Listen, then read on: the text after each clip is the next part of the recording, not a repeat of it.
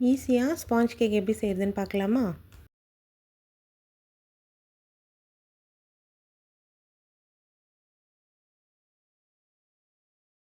Mixie ஜாரில் ஒரு cup sugar add பண்ணிக்கோங்க. கூடவே ஒரு கப் மைதா ஆட் பண்ணி கிரைண்ட் பண்ணி எடுத்துக்கோங்க. Next baking powder, baking soda add பண்ணிக்கோங்க. வெனிலா எசன்ஸும் ஆட் பண்ணிவிட்டு ஒரு முட்டை ஆட் பண்ணிக்கோங்க. கூடவே 1/4 கப் மில்க் ஆட் பண்ணிக்கோங்க. ஒரு டேபிள் ஸ்பூன் ஆயில் ஆட் பண்ணிக்கோங்க. எல்லாமே ஆட் பண்ணிவிட்டு கிரைண்ட் பண்ணி எடுத்துக்கோங்க. நெக்ஸ்ட்டு அந்த பேட்டரை ஒரு பவுலில் மாற்றிட்டு ஒரு ஸ்பூன் கீ ஆட் பண்ணிக்கோங்க. கீ ஆட் பண்ணிவிட்டு நல்லா மிக்ஸ் பண்ணி விட்டுருங்க.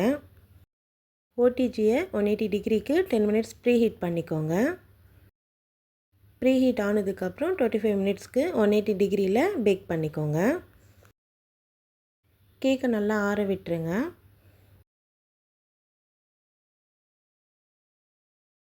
கேக் நல்லா ஆறுனதுக்கப்புறம் உங்களுக்கு எந்த ஷேப் வேணுமோ அந்த ஷேப்க்கு வந்து பீஸ் போட்டுக்கோங்க.